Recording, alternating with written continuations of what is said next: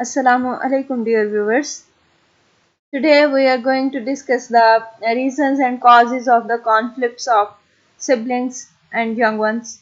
This video will be very helpful for such type of parents which are worried about their children, that why they fight with each other, why always this happen. After this, we will discuss the solutions of such type of problems and how can we manage this type of disputes. So, parents, be alert, and we will start with the name of Allah Almighty. Bismillahir Rahmanir Rahim.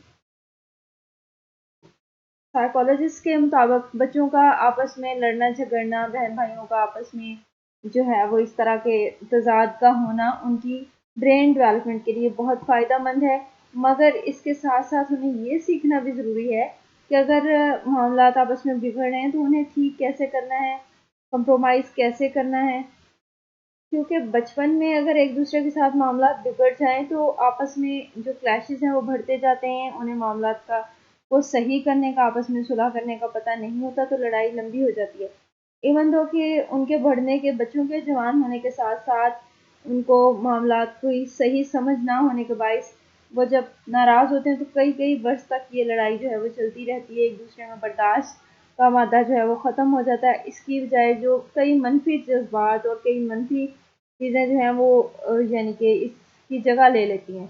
एक दूसरे की कामयाबियाँ वो बर्दाश्त नहीं कर पाते, आपस में लड़ते झगड़ते रहते हैं। तो यहाँ पे इस वीडियो में पेरेंट्स के लिए कुछ ऐसी सिंपल टिप्स जो हैं वो बताई जा रही हैं जिनकी मदद से आपस की बच्चों की लड़ाई जो है उसको ख़त्म करवाया जा सकता है। उनमें कंप्रोमाइज़ करने, मामलात को खुद से दुरुस्त करने की सलाहियत जो है वो पैदा की जा सकती है।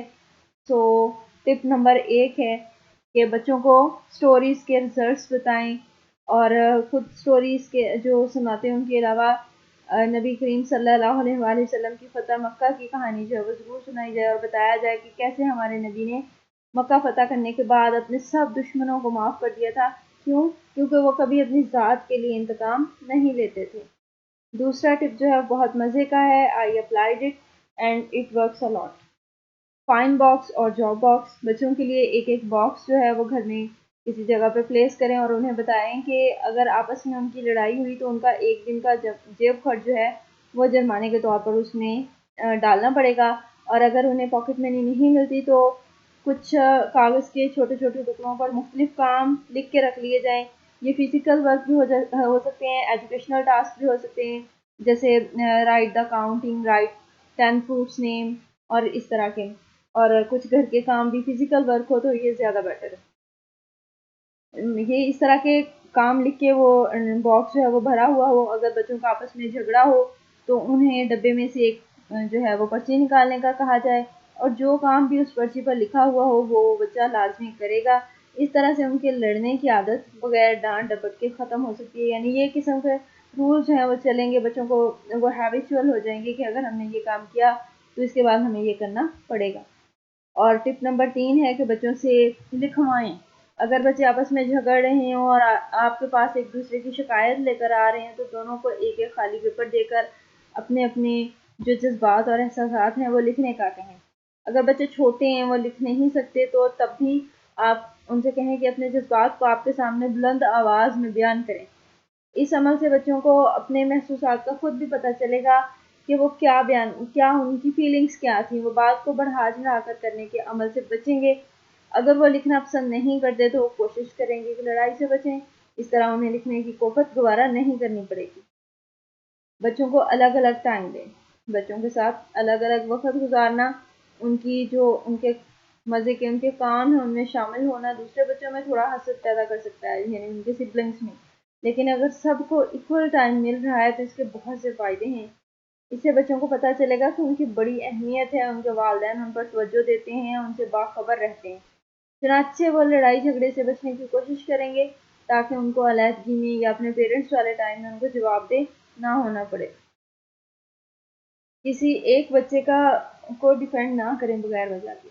जब किसी एक बच्चे का आप दिफा करते हैं और दूसरे को डांट पिलाते हैं तो डांट खाने वाले बच्चे के जहन में ये ख्याल उभरता है कि उसे कम पसंद किया जा रहा है।